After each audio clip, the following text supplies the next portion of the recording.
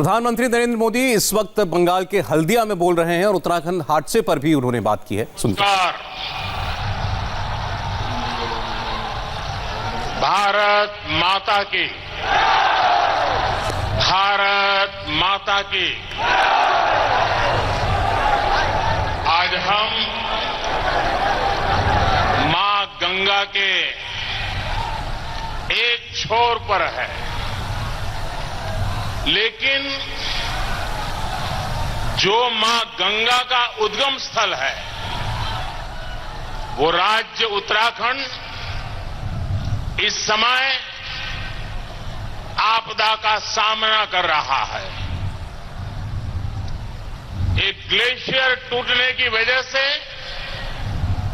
वहां नदी का जलस्तर बढ़ गया, नुकसान की खबरें धीरे धीरे आ रही है। मैं उत्तराखंड के मुख्यमंत्री श्री त्रिवेंद्र रावत जी, भारत सरकार के गृह मंत्री श्री, एनडीआरएफ के अफसर, उन सबसे निरंतर संपर्क में हूं। वहां पर राहत और बचाव का कार्य पुरजोश करने का प्रयास चल रहा है। लोगों को सुरक्षित स्थानों पर ले जाया जा रहा है। मेडिकल सुविधाओं में कोई कमी न हो, इस पर जोर दिया जा रहा है। वहां 2-1 दिन पहले ही काफी बर्फबारी भी हुई थी। मौसम काफी ठंडा है। लोगों की परेशानी कम से कम करने के लिए सरकार पूरा प्रयास कर रही है। उत्तराखंड में ऐसे परिवार मुश्किल से मिलते हैं जिनका कोई न कोई सदस्य फौज में न हो, यानी वहां के लोगों का हौसला किसी भी आपदा को मात दे सकता है। उत्तराखंड के साहसी लोग के लिए मैं प्रार्थना कर रहा हूं, बंगाल प्रार्थना कर रहा है, देश प्रार्थना कर रहा है।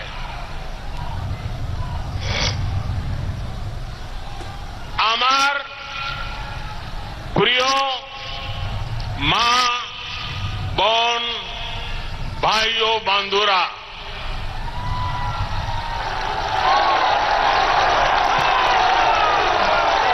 মেদিনীপুরের এই পবিত্র মাটিতে আসতে। तो प्रधानमंत्री मोदी बंगाल में एक सभा कर रहे थे। वहां उन्होंने कहा कि गंगा के उद्गम स्थल पर इस वक्त लोग परेशानी का सामना कर रहे हैं, एक बड़ी आपदा आई है, लेकिन पूरा देश उत्तराखंड के साथ इस वक्त है और जिस भी एजेंसी की मदद ली जानी चाहिए ली जा रही है। आपको बता दें वहां पर एसडीआरएफ, एनडीआरएफ लगी हुई है। इसके अलावा अब ये भी पता चला है कि आईटीबीपी के लोग भी हैं और सेना के भी कुछ लोग जो हैं वहां पर मदद के लिए मौजूद हैं, क्योंकि तस्वीरें बताती हैं कि आपदा कितनी बड़ी थी। जिस वक्त ये ग्लेशियर टूट करके नीचे आया है, वहाँ बहुत सैकड़ों लोग ऐसे थे जो कि नीचे काम कर रहे थे, बहुत से लोग नदी किनारे बस्तियों में रहते हैं। उन सब के ऊपर ये आफत टूटी है। पहली प्रायोरिटी जो है, प्राथमिकता है जो फंसे हुए लोग हैं, जो जीवित हैं, उनको बचाने की। फिर से एक बार सुनते हैं प्रधानमंत्री को।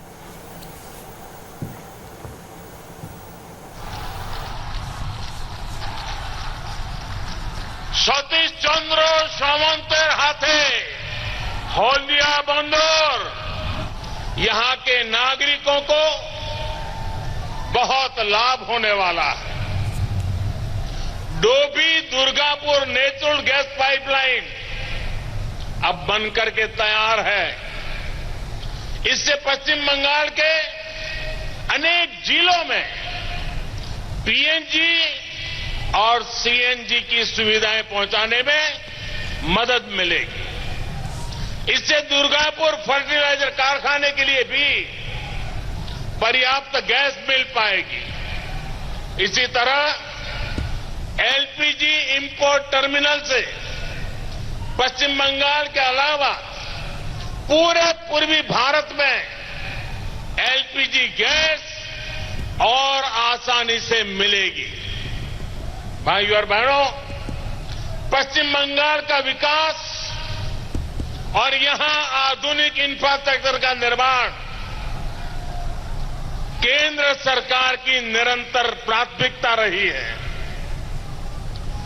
कोलकाता में 8,500 करोड़ रुपए की लागत से मेट्रो प्रोजेक्ट पर तेजी से काम चल रहा है। इस बार के बजट में केंद्र सरकार ने इस अभियान को और विस्तार दिया है। केंद्र सरकार इस साल भी हजारों करोड़ रुपए पश्चिम बंगाल में नेशनल हाईवे बनाने में लगाने वाली है। इसके तहत कोलकाता सिलीगुड़ी रोड को भी अपग्रेड किया जाएगा। पश्चिम बंगाल को पंजाब से जोड़ने वाली पूर्वी डेडिकेटेड फ्रेट कॉरिडोर बहुत जल्द बनकर पूरा होने वाला है। इसके अलावा खड़गपुर से विजयवाड़ा के लिए नए फ्रेट कॉरिडोर की भी घोषणा की गई है।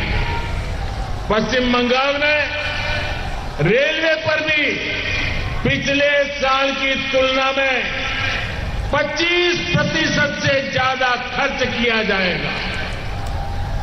यही नहीं, पूर्व मेदिनीपुर में पेटुआ घाट फिशिंग हार्बर को एक हब के रूप में विकसित किया जाएगा। इससे हमारे मछुआरे साथियों को बहुत लाभ होगा।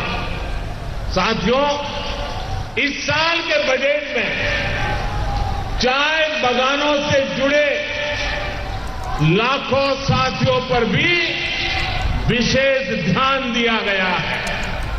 इनके लिए 1,000 करोड़ रुपए के पैकेज की व्यवस्था की गई है। इस पैकेज का बहुत बड़ा लाभ पश्चिम बंगाल के चाय बागान से जुड़े साथियों को, विशेष तौर पर हमारी बहनों को मिलेगा। इसमें उनकी सामाजिक और आर्थिक स्थिति को बेहतर बनाने में बहुत मदद मिलेगी।